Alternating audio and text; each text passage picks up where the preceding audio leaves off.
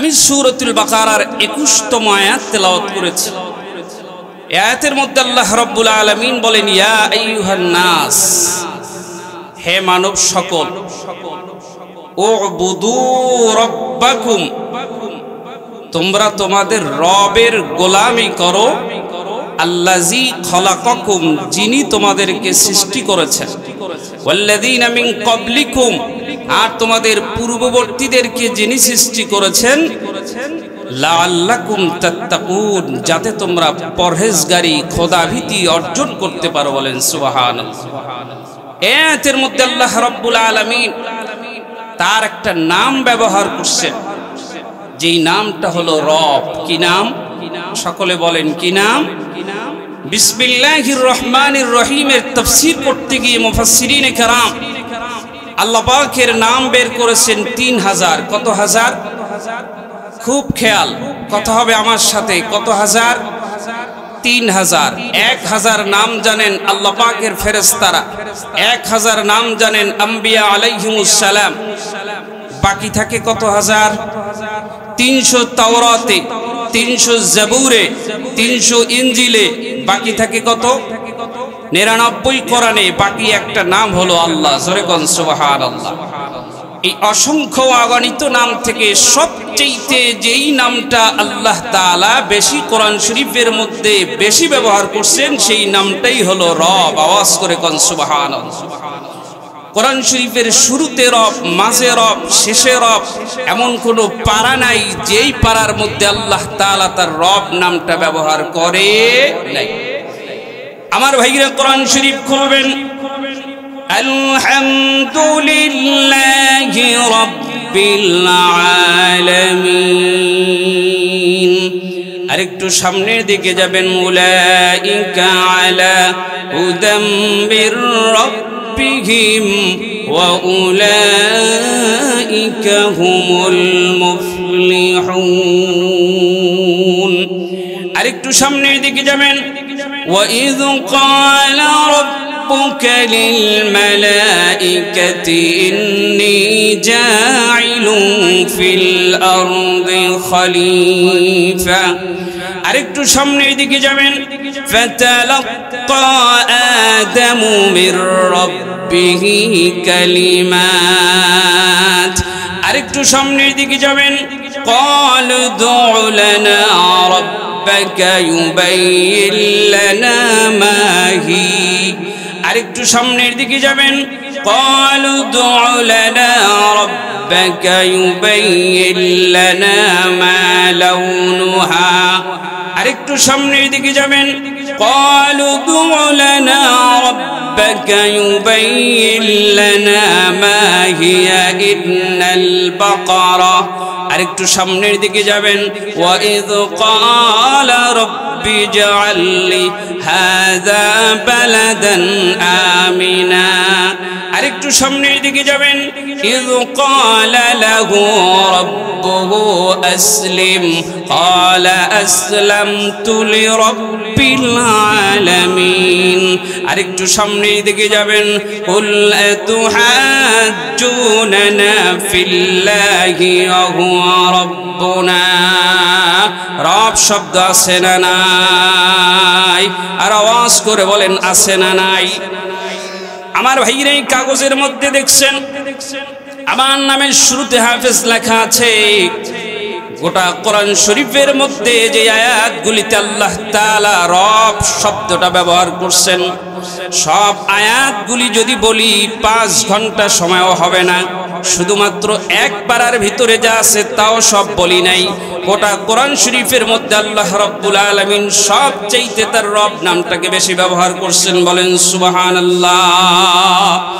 শুধু তাই নয় ভাইরা আমার, আল্লাহ রাব্বুল আলামিন এই পৃথিবীর মধ্যে আল্লাহকে ডাকার জন্য কোরআন শরীফের মধ্যে যেই নামটাকে শিক্ষা দিয়েছেন, মোনাজাতের মধ্যে আল্লাহকে ডাকবেন, কি নাম বলে ডাকবেন? আল্লাহ তাআলা যেই নামটা ডাকার জন্য শিক্ষা দিয়েছেন সেই নামটাও আল্লাহ শিখাইয়া দিয়েছেন রব। ربنا تقبل منا إنك أنت السميع العليم ربنا وجعلنا مسلمين لك ومن ذريتنا ربنا ظلمنا أنفسنا আমার ভাইরা লম্বা হয়ে যাবে আয়াতগুলো ছেড়ে দিলাম এইভাবে আল্লাহ তাআলা অসংখ্য অগণিত আয়াতের মধ্যে আল্লাহকে ডাকার জন্য রব নামটাকে ব্যবহার করলেন গোটা কোরআন শরীফ শেষ করে দেন একেবারে শেষ পর্যায়ে গিয়ে দেখেন কুল আউযু বিরাব্বিল ফালাক কুল আউযু বিরাব্বিন নাস রব শব্দ আছে না নাই আমার ভাইরা গোটা কোরআন শরীফের মধ্যে আল্লাহ রাব্বুল আলামিন রব নামটাকে বেশি ব্যবহার করলেন এতটুকুই শেষ নয় এই পৃথিবীতে আসার পূর্বে আল্লাহ তাআলা প্রত্যেকটা মানুষ থেকে একটা নামের স্বীকৃতি নিয়েছেন সেই নামটাও ছিল রব আল্লাহ বলছিলেন আলাস্তু বিরাব্বিকুম আমি কি তোমাদের রব নয় ওই রূহ জগতের মধ্যে সকলে আল্লাহকে রব নামের স্বীকৃতি দিয়ে পরে দুনিয়া আসতে হয়েছে কথা বলেন ঠিক কিনা আমার ভাইরে এই দুনিয়া আসলাম নামাজের মধ্যে দাঁড়ায় গেলাম আল্লাহু আকবার বলে এইবার আলহামদুলিল্লাহি রাব্বিল আলামিন রব শব্দ ছাড়া নামাজ পড়া যায় না রুকুর মধ্যে গেলাম সুবহান রাব্বিয়াল আযীম সিজদার মধ্যে গেলাম সুবহান রাব্বিয়াল আলা রব শব্দ ছাড়া নামাজ পড়া যায় না কথা কর ঠিক কিনা দুনিয়া শেষ করে দিলাম কবরের মধ্যে চলে গেলাম কবরের মধ্যে সর্বপ্রথম প্রশ্ন মান রব্বুকা তোমার রব কি তাইলে কোরআনের মধ্যে রব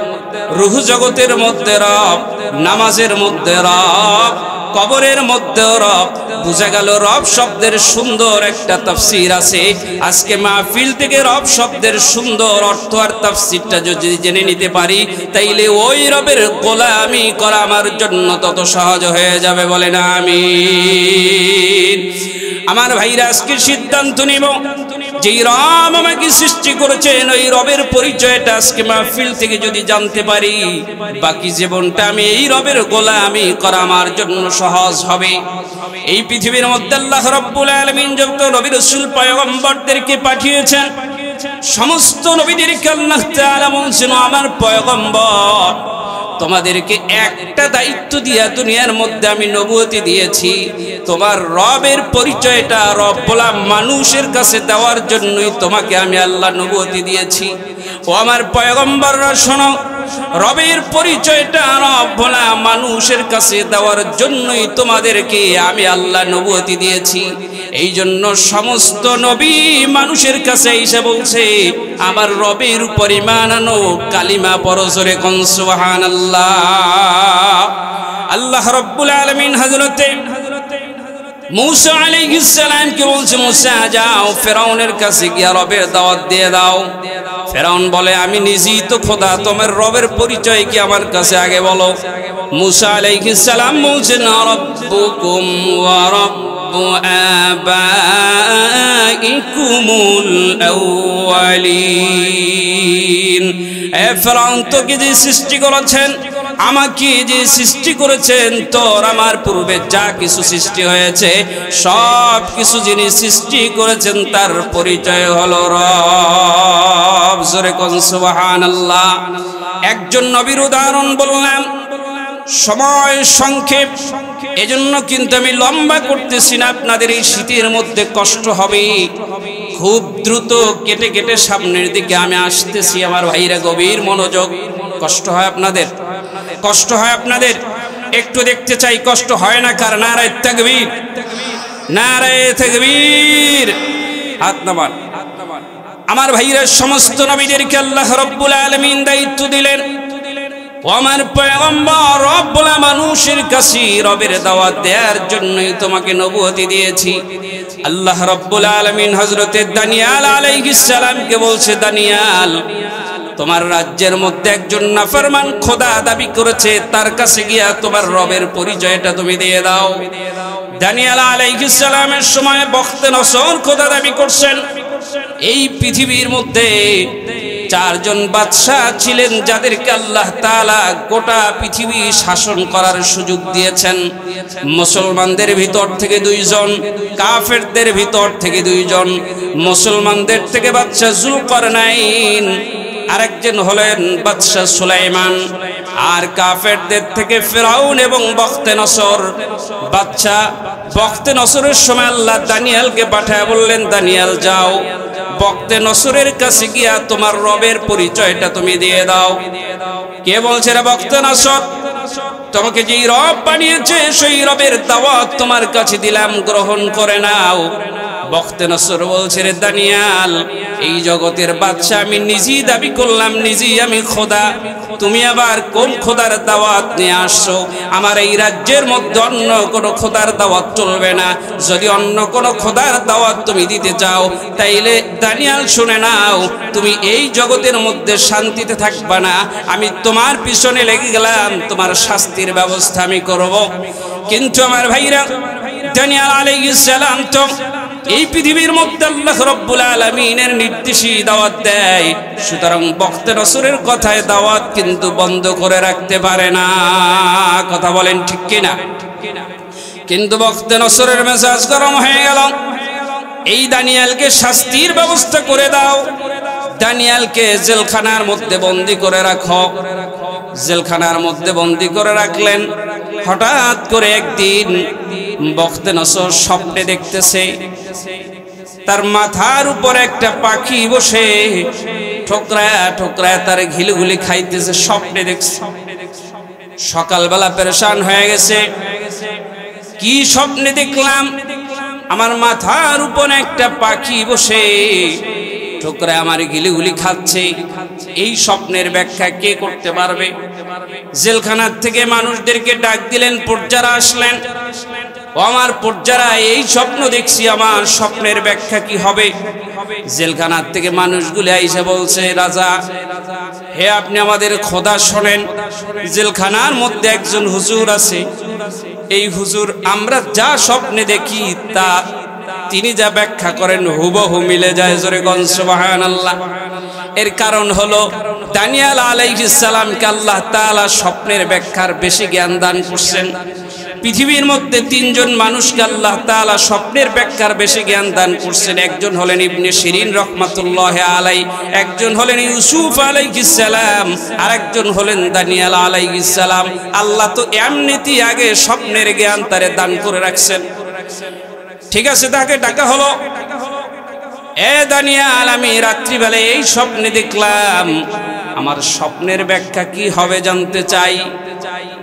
আমার ভাইরা, হযরতে দানিয়েল আলাইহিস সালামকে আল্লাহ রাব্বুল আলামিন স্বপ্নের এই ব্যাখ্যার তাবিরের জ্ঞান আগেই তাকে মুজিজা দান করছে। স্বপ্নের ব্যাখ্যা যা করছেন হুবহু মিলে গেছে। যারা বলেন সুবহানাল্লাহ। স্বপ্নের ব্যাখ্যাটা শুনতে চাই কি চাই না? কে কি চাই না? নারে তাকবীর। জোরে আওয়াজ করে একটু জিকির করা যাবে, লা ইলাহা ইল্লাল্লাহ। জোরে লা ইলাহা।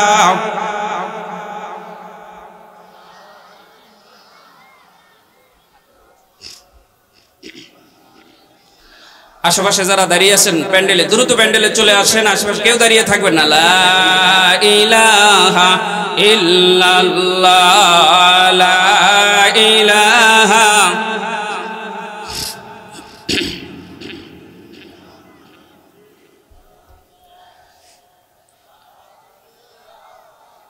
লা ইলাহা ইল্লাল্লাহ মুহাম্মাদুর রাসূলুল্লাহ। আওয়াজ করে পড়ুন সাল্লাল্লাহু আলাইহি ওয়াসাল্লাম। আমার ভাইরা, যে কথা বলতেছিলাম, বখতেনসর বলছে, দানিয়েল, আমার স্বপ্নের ব্যাখ্যা কি হবে? দানিয়েল আলাইহিস সালাম বলছেন, বখতেনসর বাদশা, এবার শুনেন, আপনার মাথার উপরে একটা পাখি বসে ঠোকরায় আপনার ঘিলুগুলি খাচ্ছে, স্বপ্নে দেখছেন। এই স্বপ্নের তাবির হলো, এই স্বপ্নের ব্যাখ্যা হলো, আপনার এই রাজপ্রাসাদের মধ্যে যিনি গেট দারোয়ান থাকবেন, ওই গেট দারোয়ান তার তরবারি দিয়া আপনার কল্লাকে দ্বিখণ্ডিত করে এই দুনিয়ার থেকে বিদায় করে দিবেন। বলেন আল্লাহু আকবার। বখত নসরের মেজাজ গরম হয়ে গেল। পর্যাদের সব লোকদেরকে ডাক দিয়ে বলছে, শোনো, এই দানিয়াল বলছে আমাকে কে নাকি মেরে ফেলে দিবে, আমার দারোয়ান নাকি আমাকে মেরে ফেলে দিবে, এই ব্যাখ্যা করছে। দানিয়ালকে এতদিন যা শাস্তি দিয়েছো তার চাইতে আরো শাস্তি আজকের থেকে বাড়ায়া দিতে হবে। জবান খুলে বলেন নাউজুবিল্লাহ। নবীদের উপরে অত্যাচার আছে না নাই? সাহায্য করেন কে? সাহায্য করেন কে? আল্লাহ দেখতেছে আমার নবীর উপরে অত্যাচার শুরু হয়ে গেছে। আল্লাহ রাব্বুল আলামিনের পক্ষ থেকে সাহায্য নাজিল হয়ে গেছে। বখত নসর বলছেন, পর্যারা শোনো, আজকের থেকে দানিয়ালের শাস্তি আরো বাড়ায়া দিতে হবে। জঙ্গলার থেকে একটা জীবন্ত বাঘ ধরে এনে মাটির ভিতরে একটা গর্ত করবা, ওই গর্তের মুখটাকে ছোট করবা, ভিতরে বড় করে রাখবা। জঙ্গলার ওই বাঘটাকে 1 সপ্তাহ পর্যন্ত গর্তের মধ্যে রেখে বাঘের পেটের ভিতরে কোনো খাবার দিবা না। 1 সপ্তাহ পরে যখন ওই বাঘের প্রচন্ড ক্ষুধা, তীব্র ক্ষুধায় পাগল হয়ে যাবে, ওই 1 সপ্তাহের ক্ষুধার্ত বাঘের মুখে দানিয়ালকে ফেলে দিবা। আর ওই জঙ্গলার ক্ষুধার্ত বাঘ দানিয়ালকে খাবে। আর উপরে বসে আমরা ঢোল তবলা বাদ্য গান বাজনা আনন্দ করব। জবান খুলে বলেন নাউজুবিল্লাহ। বখত নসরের কথা অনুযায়ী তাই করলেন। জঙ্গলার থেকে বাঘ ধরে এনে গর্তের মধ্যে 1 সপ্তাহ পর্যন্ত রেখে মুখের ভিতরে কোনো খাবার দেয় নাই। 1 সপ্তাহ পরে দানিয়ালকে বাঘের মুখের মধ্যে ছেড়ে দিয়েছে। উপরে ঢোল তবলা গান সব বাদ্য রেডি করে আছে। যখন দানিয়াল আলাইহিস সালামকে বাঘের মুখের মধ্যে গর্তের ভিতর ফেলে দিয়েছে, আল্লাহর কুদরত আমার ভাইরা গভীর মনোযোগ। জঙ্গলার 1 সপ্তাহের ক্ষুধার্ত বাঘ দানিয়াল আলাইহিস সালামের পায়ের কাছে এসে তার পা চাটা শুরু করেছে। আরে আওয়াজ করে বলেন সুবহানাল্লাহ।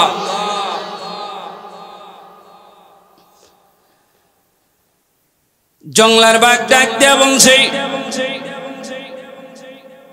বখত নসর বলছে, জঙ্গলার বাঘ 1 সপ্তাহ পর্যন্ত তোর পেটের ভিতরে খাবার দিলাম না, তোর পেটের মধ্যে কি ক্ষুধা নাই?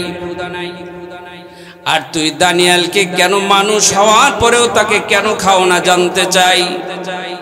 জঙ্গলার বাঘ মাথাটা আকাশের দিকে উঠায় আল্লাহর কাছে একটা দাবি করছে, আল্লাহ, একটা মুহূর্তের জন্য আমি বাঘ হলেও তুমি আমার জবানটা খুলে দাও। তোমার নাফরমান বান্দা বখত নসরের সাথে আমি একটু কথা বলতে চাই, আমার জবানটা একটু খুলে দাও। আল্লাহ তাআলা বাঘের জবানটা খুলে দিলেন। বাঘ মানুষের মতো হাঁ করে ডাক দিয়া বলছে, আরে বখত নসর শুনে নে, তুই জিজ্ঞেস করেছো আমার পেটের মধ্যে ক্ষুধা আছে না নাই?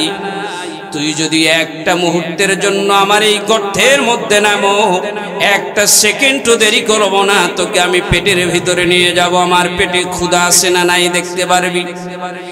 দ্বিতীয় প্রশ্ন করেছো কেন আমি দানিয়ালকে খাই না? বখত নসর শুনে নে, আমি যখন দানিয়ালকে খাওয়ার জন্য দানিয়ালের দিকে আগায়া যাচ্ছিলাম, আমার আল্লাহ ডাক দেয়া বলছে, জঙ্গলার বাঘ, তোর পেটের ভিতরে যদি ক্ষুধাই থাকে দানিয়ালকে খাওয়ার প্রয়োজন নাই। জান্নাত থেকে খাবার এনে দানিয়ালের পায়ের উপরে আমি রেখে দিলাম, আমার দানিয়ালের পা চাটা শুরু কর, জান্নাতের খাবার তোর পেটের মধ্যে আমি আল্লাহ পৌঁছায়া দিব।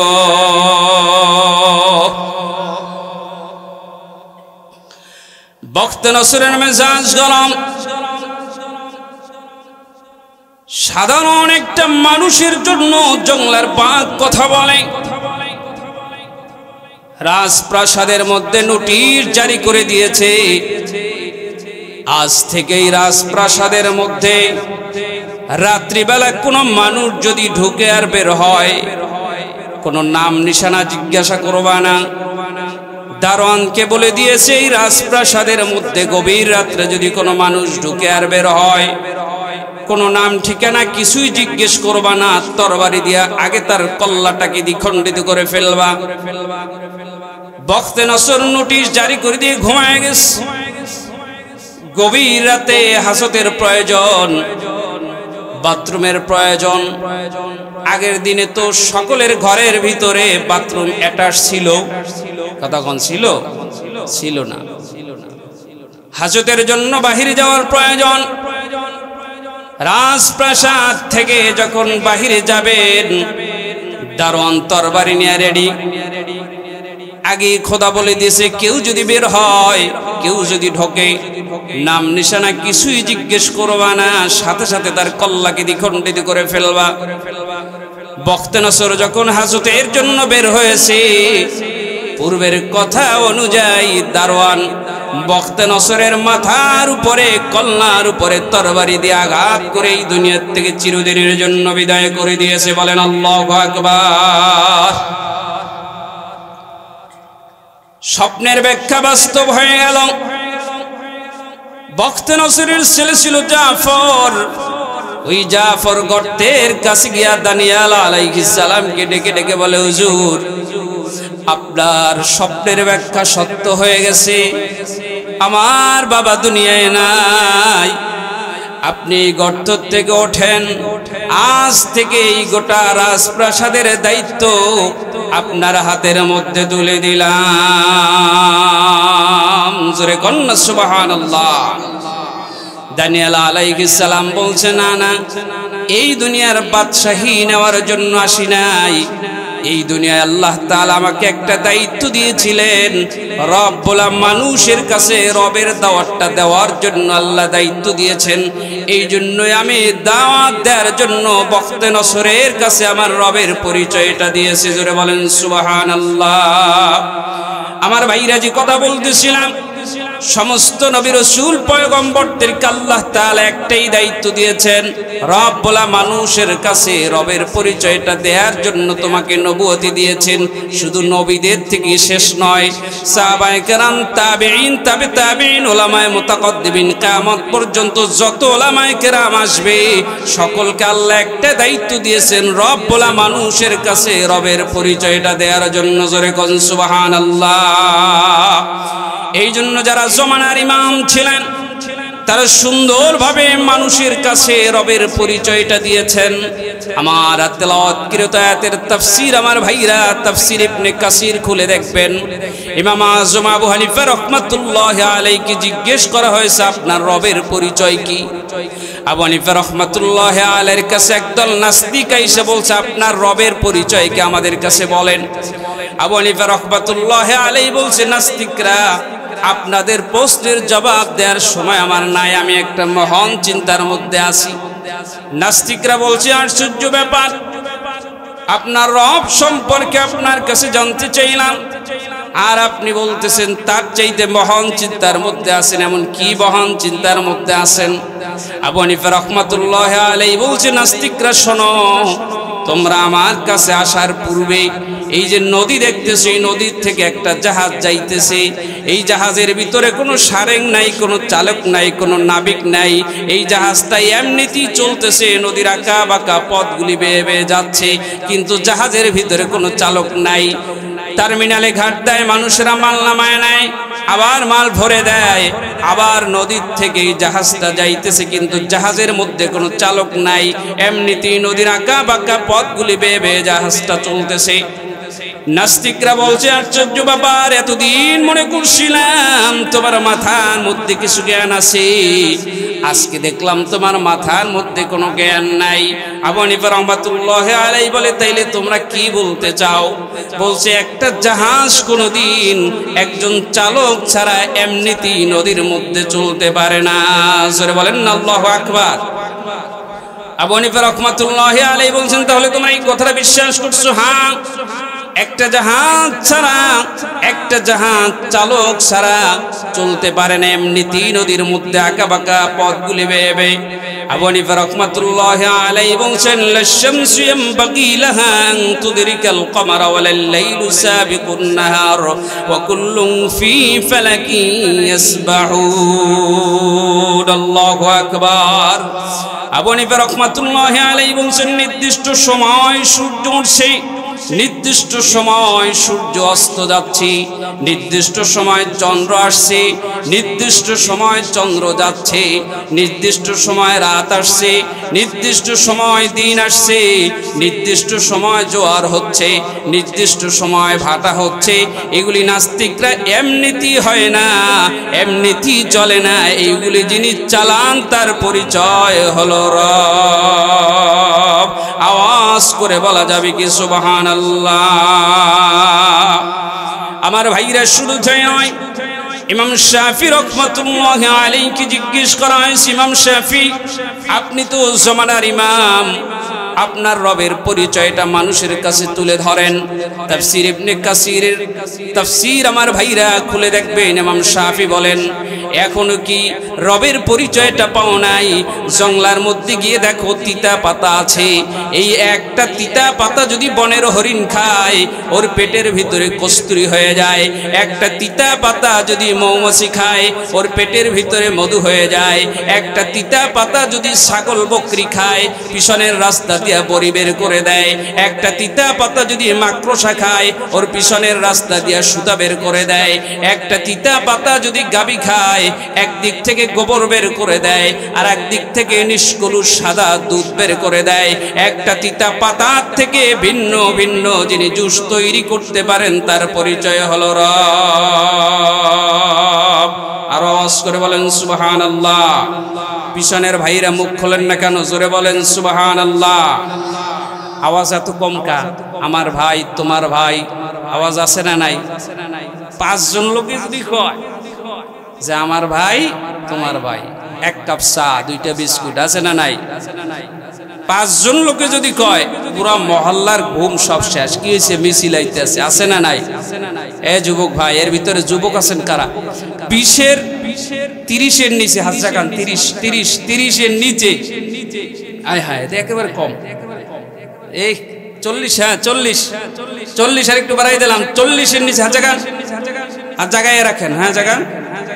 40-এর নিচে যারা, এরাই শুধু একটা তাকবীর দেবেন, পরীক্ষা হবে। এরা শুধু একটা তাকবীর দিবেন, বাকিটা আর একটা তাকবীর দাও। কাকে আওয়াজ? ইমানি জজবাকার, জোরে নারায়ে তাকবীর। হয় নাই? 40 বছর আওয়াজেই হয়। আরো জোরে একটু নাড়াচাড়া, নারায়ে তাকবীর।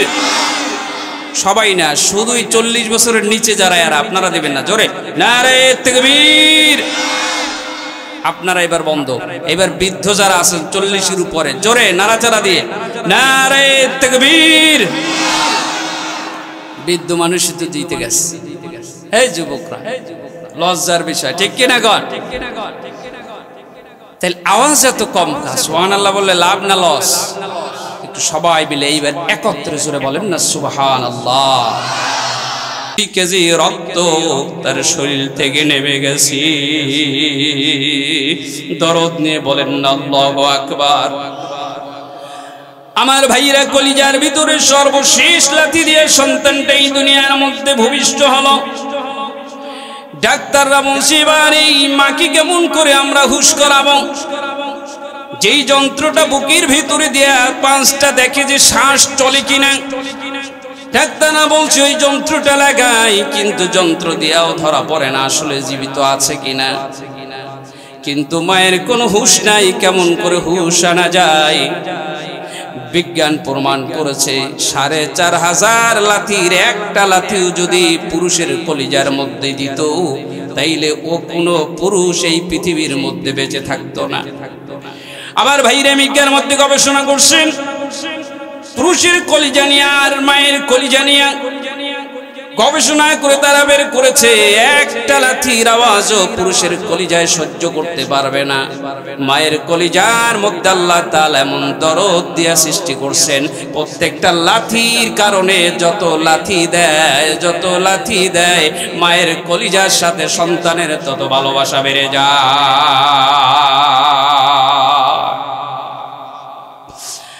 আমার ভাইরা সর্বশেষ লাথি দিয়ে মা বেহুশ হয়ে পড়ে গেছে, কিভাবে হুশ করবেন? ডাক্তাররা বলছে ওই যন্ত্রটাকে বুকের ভিতরে তুললাম, মায়ের কোনো সাড়া নাই, শব্দ নাই।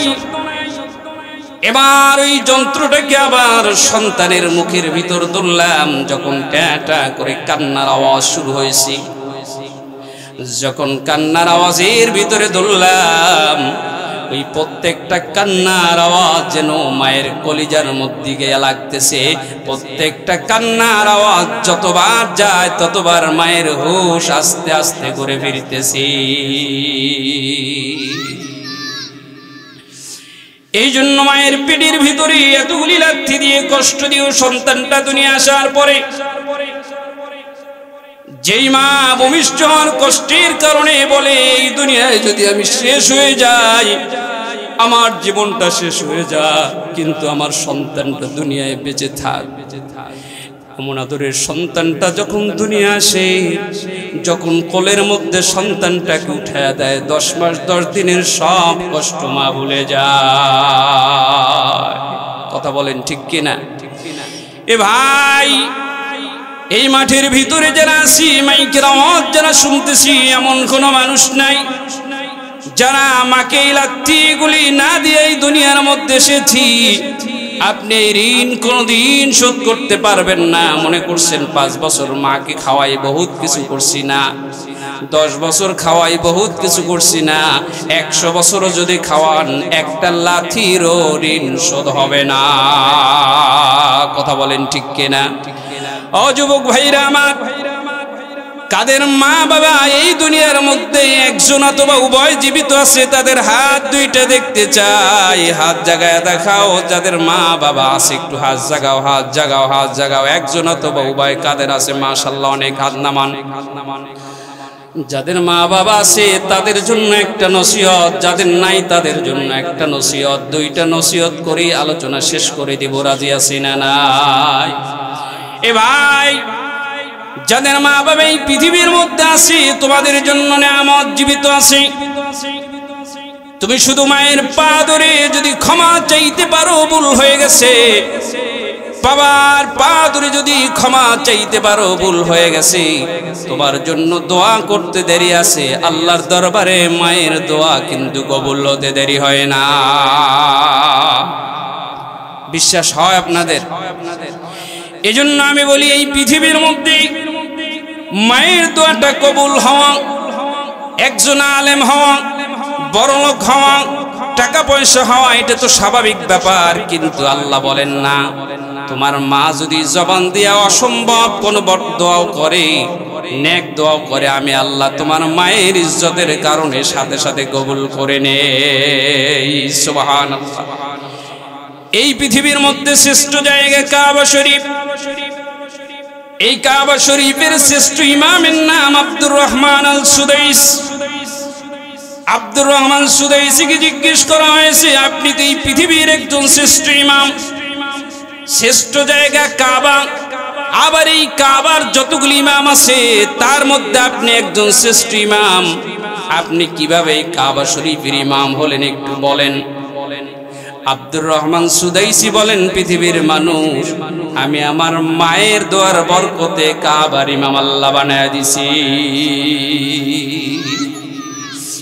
আব্দুর রহমান সুদাইসির বয়স যখন মাত্র 4 বছর, ছোট্ট মানুষ। আব্দুর রহমান সুদাইসির মা বলছে, আমার সন্তানটিকে নিয়ে আমি হজ করার জন্য গেলাম, কিন্তু আমি হোটেলের ভিতরে ছোট্ট মানুষ সিটকানি লাগায়, এরপর আমি তওয়াফ করার জন্য যাই, কিন্তু 3 দিন পর্যন্ত তওয়াফ করতে যাই, একদিনও আমি আব্দুর রহমান সুদাইসিকে নেই না, ছোট মানুষ। আব্দুর রহমান সুদাইসির মা বলছে, আমার সন্তানটা একদিন, 2 দিন, 3 দিন, 4 দিন পর্যন্ত দরজা নিয়ে শুধু ধাক্কা ধাক্কি করতে করতে 4র্থ দিন দরজাটা খুলে গেছে। দরজাটা খুলে যাওয়ার পরে আব্দুর রহমান সুদাইসি এবার মায়ের পিছনে শুধু ঘুরতেছে গিয়া। মা বলছে, আমার সন্তানটাকে ধরে আমি কাঁধের মধ্যে উঠে নিলাম। এই ছোট্ট সন্তানটা তওয়াফ বুঝে না, কাবা বুঝে না, আল্লাহ কি তাও বুঝে না, কিন্তু শুধু আমার পিছনে পিছনে তওয়াফ করতেছি। সন্তানটা কি যেন বলতে চায়। আব্দুর রহমান সুদাইসির মা বলে, সন্তানটাকে আমার কাঁধের মধ্যে আমি তুলে নিলাম। তুলে নিয়ে এইবার তওয়াফ করতেছি আর আল্লাহর কাছে দোয়া করতেছি। কাবা শরীফের দরজাটা ধরে আব্দুর রহমান সুদাইসির মা বলছে, আল্লাহ, আমার এই সন্তানটা কাবা কি বোঝে না, আমার এই সন্তানটা আল্লাহ কি নবী কি তাও বোঝার বয়স হয় নাই, কিন্তু আমার সন্তানটা শুধু কাঁদতেছে, কি দ্বন্দ্ব কাঁদতেছে আমি জানি না। আমার এই সন্তানটার জন্য তোমার কাছে আজকে আমি আব্দুর রহমান সুদাইসির মা হয়ে দোয়া করলাম, আমার এই সন্তানটাকে তুমি এই কাবা শরীফের ইমাম বানায় দিও।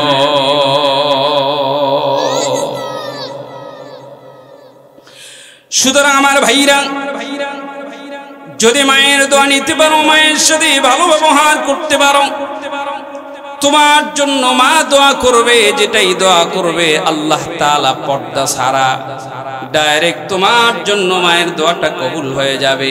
তোমার চাকরির বরকত হয়ে যাবে, কামাই রোজগারে বরকত হবে, আয়ের মধ্যে বরকত হবে, বালা মুসিবত হবে না।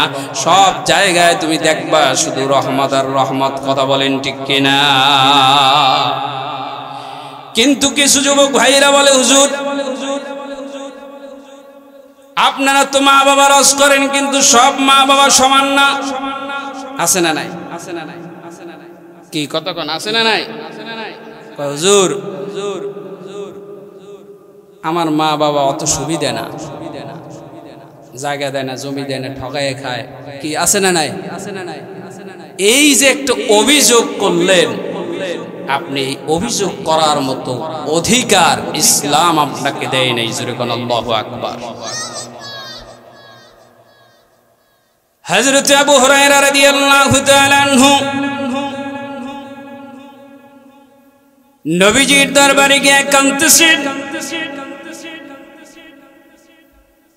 নবীজি বললেন, আবু হুরায়রা কেন কাঁদতেছো, কি হয়েছে?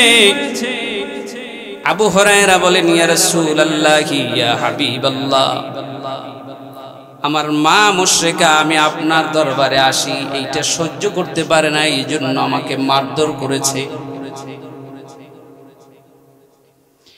নবীজি বলছেন, আবু হুরায়রা তোমার মা তোমাকে মেরেছে, এই জায়গায় আমার কোনো হাত নাই। বিশ্ব নবী বলছেন, এই তোমার মা তোমাকে মেরেছে, মুশরিকা হওয়ার পরেও এই জায়গায় আমি নবীর কোনো হাত নাই। জোরে কোন আল্লাহু আকবার। এই কথাটার কত লোট, কতজন নবীজি বলছে তোমার মা তোমাকে মেরেছে, এই জায়গায় আমার কোনো হাত নাই। আবু হুরায়রা বলেন, ইয়া রাসূলুল্লাহি, আপনার দরবারে আমি অভিযোগ দেওয়ার জন্য আসি নাই, আমি নালিশ দেওয়ার জন্য আসি নাই, আমি আপনার কাছে আসছি আমার মা মুশরিকা, আমার মায়ের জন্য একটু দোয়া করবেন, আল্লাহ যেন তাকে হেদায়েত নসিব করে দেয়। আল্লাহ নবী দোয়া করলেন, আল্লাহুম্মা ইহদি উম্মা আবু হুরায়রা। আবু হুরায়রা সমানে দৌড়াচ্ছে বাড়িতে গিয়ে, বলছে আমি বাড়ি গিয়ে দেখতে চাই, আমি আগে বাড়ি গিয়ে বুঝতে পারি নাকি আমার রাসূলের দোয়া বাড়ি পৌঁছে যায়। আবু হুরায়রা দরজার কাছে গিয়ে ডাক দিছে, মা।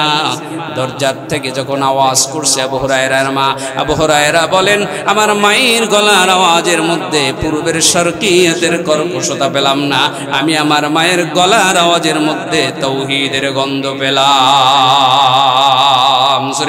সুবহানাল্লাহ। সুতরাং যাদের মা বাবা জীবিত আছে এই অভিযোগটা যুবক ভাইরা করবেন না, আমার মা ভালো না, বাবা ভালো না। আপনি ভালো না কি করছে, আপনার জন্য যা করছে এর প্রতিদান তো আপনি দিতে পারবেন না, কথা কন ঠিক কিনা? একটা ছেলেকে প্রতিষ্ঠিত করতে 40 বছর লাগে, চাকরির ব্যবস্থা করছে, খাওয়ানোর ব্যবস্থা করছে, সব করছে, এরপরে শেষ বয়সে আইসা 5 বছর জীবিত আছে, 3 বছর জীবিত আছে, কারো 1 বছর। আমার বাবা চাকরির পরে 1 বছর পাইছে, আমার বাবা দুনিয়া থেকে চলে গেছে। 1-2 বছর খাওয়াতে বিরক্ত হয়ে যান, কিন্তু আপনাকে তো নিঃস্বার্থভাবে 40 বছর পর্যন্ত প্রতিষ্ঠা করে জায়গা জমি সব কিছু দিয়ে গেছে, কথা বলেন ঠিক কিনা? এজন্য আমার ভাইরা যাদের মা বাবা আছে খবরদার কোনো প্রকার বেয়াদবি করবেন না, তাহলে ধ্বংস হয়ে যাবেন।